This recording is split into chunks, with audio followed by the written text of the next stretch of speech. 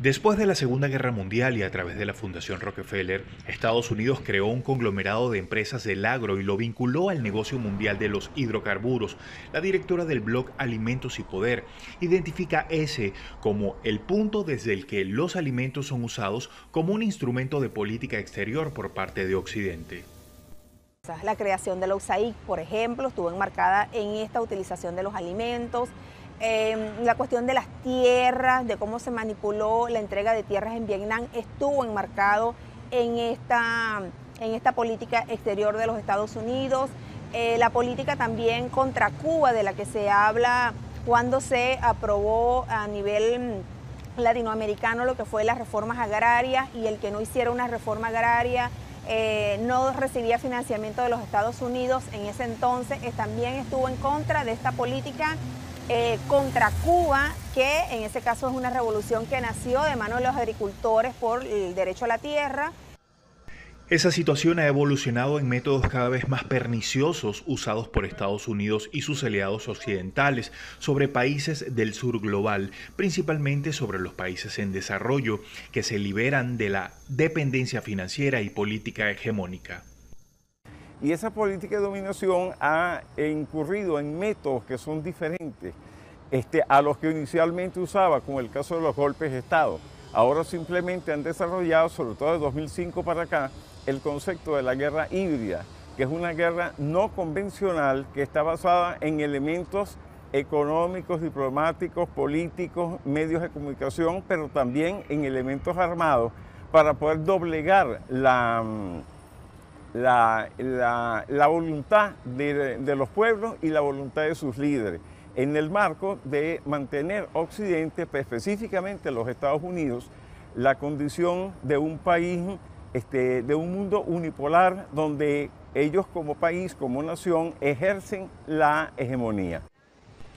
Esta experta en estrategia y geopolítica asegura que a partir de 2014, Estados Unidos comenzó a imponer sobre Venezuela una política de cambio de régimen, teniendo como centro de los ataques al pueblo, al gobierno y al presidente Nicolás Maduro.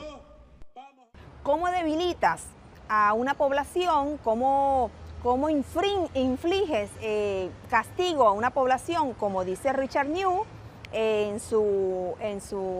el libro El arte de las sanciones, estamos hablando de el que fue el director de esta política de bloqueo por parte del Departamento de Estado de Estados Unidos contra Irak, que fue, por cierto, hasta el 2014 aproximadamente, en la que él dice que las sanciones o estas medidas coercitivas unilaterales están dirigidas a infligir castigo contra el enemigo para disminuir su resistencia. O sea, estamos hablando que se aplica sobre la población para disminuir la resistencia de la población y acelerar la capitulación del líder. Las medidas coercitivas unilaterales que Occidente llama sanciones son aplicadas a pueblos que no aceptan modificar sus modelos internos o formas naturales de vida y aceptar lo que intenta imponer Estados Unidos. Rusia, por ejemplo, lleva a cuestas 8.000 de estas agresiones y Venezuela 731.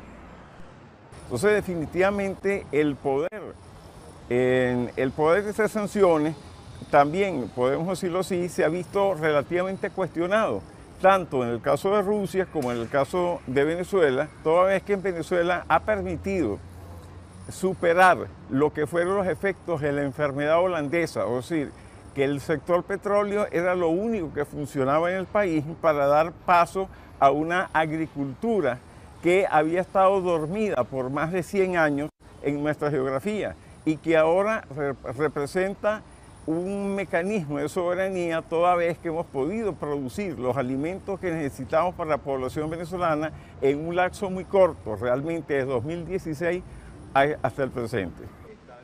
Los expertos coinciden en que estos ataques hegemónicos deben convertirse para Venezuela y otros países en situaciones similares, en la oportunidad de acelerar el fin de la dependencia y la posición subordinada de sus sistemas de producción de alimentos al poder hegemónico mundial.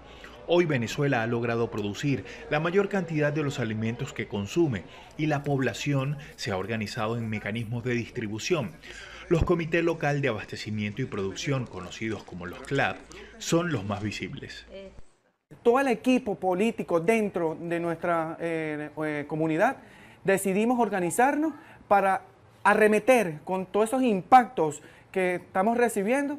Y bueno, salió esto, la organización de los CLAP, nos unimos, nos organizamos y buscamos de que todas nuestras comunidades beneficiadas, 445 familias se benefician efectivamente con Proteico. Formamos parte de unas bases de misiones, Manuelita Sáenz, Libertadores de Libertador, un organismo que se encarga de atacar a los más vulnerables, pese a la guerra económica, pese al bloqueo económico. En 2015, Estados Unidos, a través del Comando Sur, puso en marcha la Operación Venezuela Freedom 2, que incluía en uno de sus puntos asfixiar económicamente al país, paralizarlo e impedir que las fuerzas revolucionarias se pudieran recomponer luego de la muerte del presidente Hugo Chávez. El vocero de ese organismo militar aseguró que si en Venezuela se desarrollaba una crisis alimentaria, ellos estaban preparados para intervenir.